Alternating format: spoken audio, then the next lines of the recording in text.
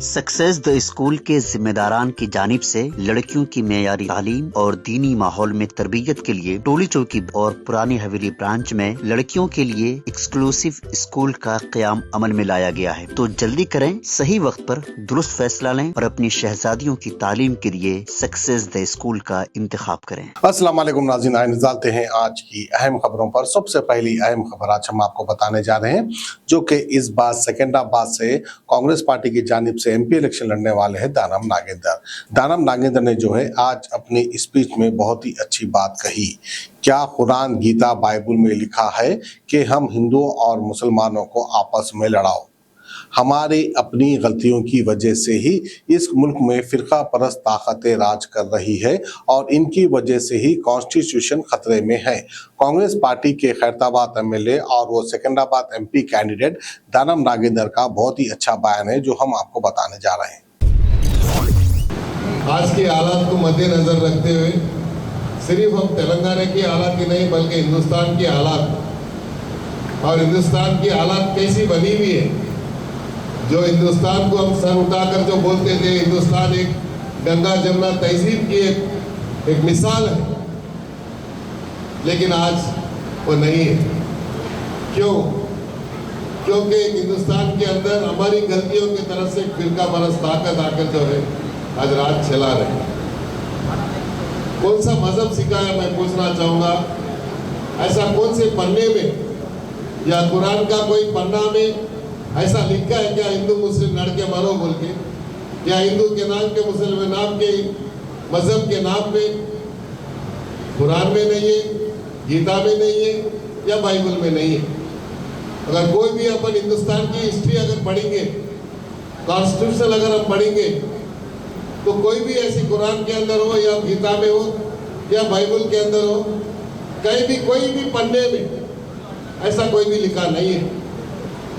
लेकिन जो है अपनी खुद की मफाद के लिए, खुदगर्जी के लिए हिंदुस्तान के अंदर जो मज़हब है आज जो है एक ही मज़हब के नाम पे, तो इसीलिए राहुल जी ने जब भी जुल्म ज़्यादती हुई है, सिर्फ राहुल जी नहीं बल्कि सोनिया गांधी हो, इंदिरा गांधी हो, राजीव गांधी हो, पूरी गांधी परिवार की हिस्ट्री अगर आप देखेंगे, जब भी जो जुल्म ज़्यादती हुई हिंदुस्तान के अवाम के ऊपर, अक़लियतों के ऊपर, उन्होंने अपनी आवाज़ उठाई, एहतजाज करते रहे उन्होंने। और आज तक भी पूरी जो है आज की फोर्थ जनरेशन भी, नेहरू जी का फोर्थ जनरेशन भी आज भी एहतजाज कर रही है हिंदुस्तान के अंदर जो है ये जुल्म ज़्यादती के खिलाफ में। क्यों राहुल जी कश्मीर से कन्याकुमारी तक 12 जोड़ों का यात्रा किया, गुजरात से महाराष्ट्र मुंबई तक क्यों किया? इसीलिए हम लोग यही बोलते हैं, ये लोग मजहब के सिवा दूसरा कोई बात नहीं कर रहे। ऐसा कौन सा मजहब सिखाया, मैं पूछना चाहूँगा।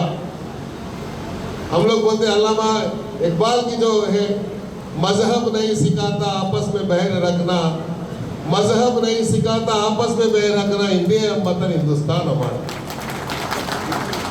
जैसा हमारे बुजुर्गों ने कहा, वो इमोशनल होके कह रहे थे, लेकिन हम दुआ करेंगे अल्लाह से और ज़्यादा आपको जो सेहत दे और उम्र दे।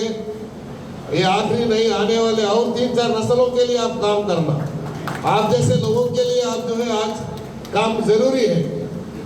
क्यों लोग इमोशनल हो रहे थे? उनको क्या जरूरत है? नवाब साहब है, घर में बैठ सकते, पूरी खानदान आज रोड पे आकर जो है क्यों के लिए? आज हिंदुस्तान की जमहूरियत खतरे में है।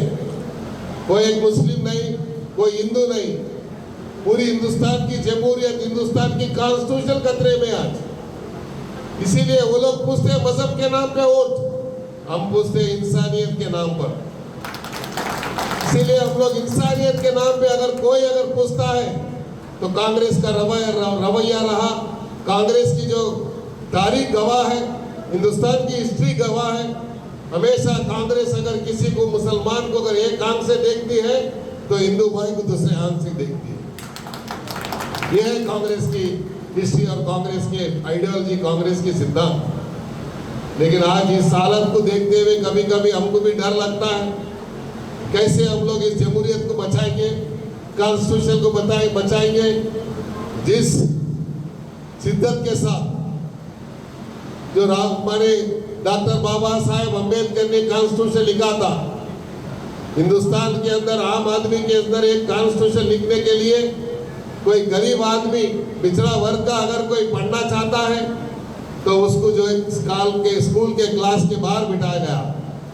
ऐसे कईयों वाक्य है हिंदुस्तान के हिस्ट्री के अंदर। इसीलिए इन सारी चीजों को देखते हुए, ऐसे हालातों को देखते हुए, इन हालातों को मद्देनजर रखते हुए डॉक्टर बाबा साहेब अम्बेडकर ने जब कॉन्स्टिट्यूशन लिखने को बैठा, उनको मौका मिला अल्लाह के करम से, तो कॉन्स्टिट्यूशन में उन्होंने लिखा हिंदू या मुसलमान हो, माइनॉरिटी हो, सबके लिए एक दर्जा मिलना चाहिए। ये है हिंदुस्तान, एक डेमोक्रेटिक कंट्री है। आज हिंदुस्तान के एक मुसलमान का कितना भी हक हो, हिंदू का भी उतना ही हक है। अगर आप बोलते हैं, आज अभी हनुमंतराव साहब बोल रहे थे वीर सावरकर के लिए कोई एक हिंदू नहीं लाया भाई। हिंदुस्तान आज़ादी, हिंदुस्तान लाने के लिए पूर्व के उतना के हिंदू का भी उतना ही हक है, सिख का भी उतना है, ईसाई का भी है, मुसलमान भाई का भी उतना ही हक है। ये चार मिले हिंदुस्तान के, ये चार पहिए, हिंदू, मुस्लिम, सिख, ईसाई की, ये चार पहियों से जो हिंदुस्तान की आज बरकरार रही, हिंदुस्तान की कॉन्स्टिट्यूशन बरकरार है। लेकिन जो है आने वाले दिनों के अंदर जब हिंदुस्तान की जमहूरियत एक खतरे में है, इसीलिए इन सबका कंसर्न है। इन सब की जो है आने वाली हमारी नस्ल को हम क्या जवाब देंगे, आने वाले हमारे बच्चों को क्या जवाब देंगे।